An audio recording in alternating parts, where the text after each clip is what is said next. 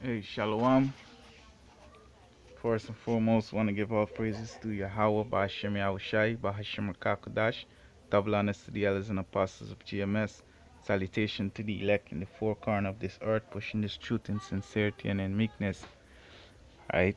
I'm the brother Iwap from GMS Guyana, coming to you with another edifying lesson to edify you so-called Negroes, Latinos, Native Indians, which are Israelites according to the scriptures. Right? Uh, this lesson is based on Slovakia.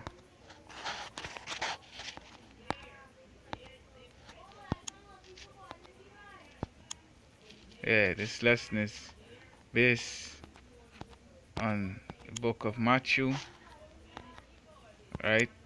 Chapter 11 and verse 11, right? It says, "Verily I say unto you, among them that are born of women, there had not risen a greater than John the Baptist. Notwithstanding, he that is in the kingdom of heaven is greater than he." Right? And what does this scripture mean? Right? The scripture mean when it says, "Notwithstanding, he that is least in the kingdom of heaven is greater than he," because Esau Edom is least in the kingdom of heaven, right? But is greater than he was greater than John the Baptist, or he's greater than John the Baptist right now, because this is Esau kingdom right now we living in, right? And Esau is above all these other nations, right? Including the children of Israel right now. Because Job 9 and 24 tell you that the earth is given into the hand of the wicked, right? So Esau Edom is greater than us, right? But John the Baptist is great in the kingdom of heaven, right? But Esau is greater than even the prophets right now that is upon the earth, because this is his kingdom, right? He's ruling. He have us in captivity, right? But when Yahushua come, the captivity gonna be over, right? So let me just get to a precept in Job. Job talk about the same thing,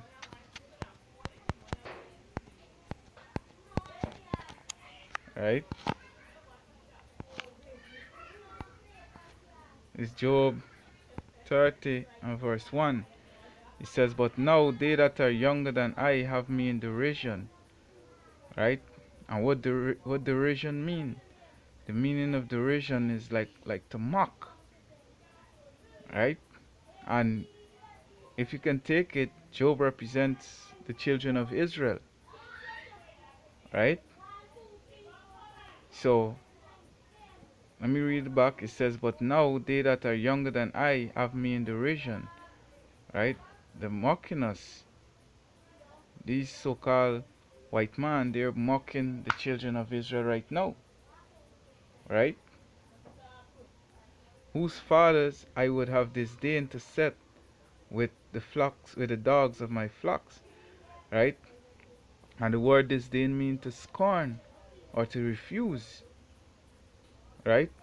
To have set with the dogs of my flock, right? So when it says younger, remember in the book of Genesis, right?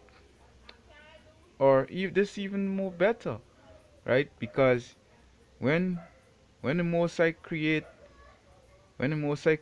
Yahushai, right? Yahushai created his elect, right? And Job was part of the elect, right?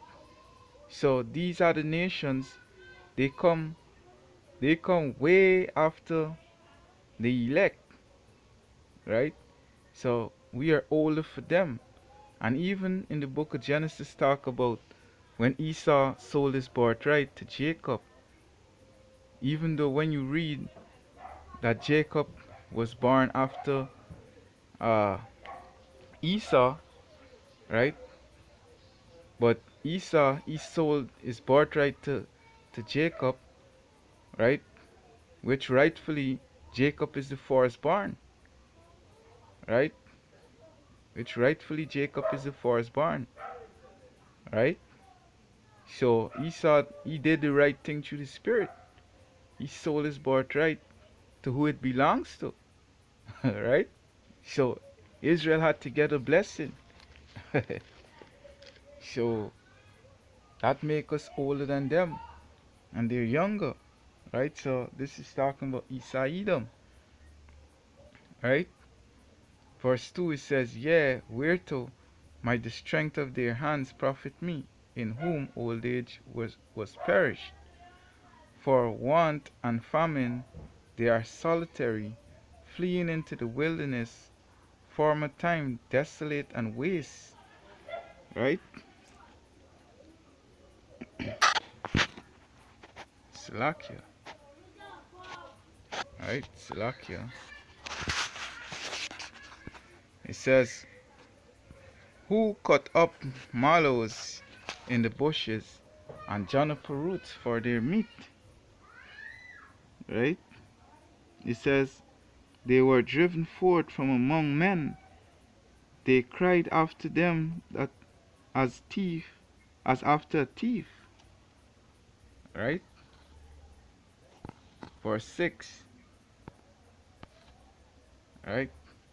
Yeah, all these things was things that the so-called white man did. Right? That's who he used to be. Right? It says to dwell, verse 6, to dwell in the clefts of the valleys, in caves of the earth, and in the rocks. Right? So the so-called white man really and truly is a caveman. Right? He's a caveman. Right? But look at him today. Right? He going on like he's the most educated man, around the place. Which he's not. He's educated with the wisdom of this world. Right? Not the wisdom of Yahweh Bashim Yahushai. The wisdom of this world, which is wickedness. Right? Yeah, the wisdom of this world, which is wickedness. Let me get a precept to back this up. In the book of Jeremiah. Jeremiah chapter 49. Slakia. Oh, shoot. Yeah, the book of Jeremiah chapter 49. Verse 16. It says, "Thy terribleness hath deceived thee, and thy pride of thine heart, O thou that dwellest in the clefts of rock, that holdest the height of the hill. Thou, though thou shouldest make thy nest as high as an eagle, I will bring thee down from thence, saith Yahweh." Right? So, the so-called white man, which is Esau Edom, right? Esau Edom used to be dwelling in the clefts of rock, in the caves. So this man is a caveman, really and truly, right? This man is what you can call indigenous, right? And they name the the native the natives, they give them the name indigenous, right? Which the so-called white man, he's the indigenous man, really and truly, right? He don't know about anything, because he have the knowledge of this world, and the knowledge of this world is nothing, right? Verse 7, it says, "Among the bushes they brayed, under the nettles they were gathered together." Right? And there's a account in Daniel 4, they talk about Nebuchadnezzar when the Mosai put a spirit on him to dwell with the beasts in the field, right? To show him the power, to show him the power. Mosai did that to show him that there's only one power, and he is Yahweh Bashim Yahush. He's Yahweh, and his son is Yahweh Shai, right? So the Mosai did that to Nebuchadnezzar to show him show him true power, you know, to show him that there's only one power or one God, right? Cause you know Nebuchadnezzar, he was a Edomite, right? And you know these Edomites, they're proud. So the Mosai humble him by putting the spirit on him to dwell with the beasts in the field like a madman, right? So when it says among the bushes they breed, right? Verse 8, it says they were children of fools, yeah, children of base men. They were viler than the earth, right? So they were the children of fools, right? Because there's a scripture in Psalms 14, right, verse 1. It says, when it says the fool has said it in his heart, there is no power. They are corrupt and have done abominable works. There is none that do it good, right? Yeah, so they'll show you that these are Esau Edom is the children of fools, and they are also fools. Cause as long as you're children of fool, you're a fool, right? Verse 9 says, and now am I their song, yeah, I am their byword. No, remember Job represents the children of Israel, so they have the children of Israel right now as a byword, right? Calling us all sorts of names like niggers, right? And Buckman, and these and all these different bywords, right? So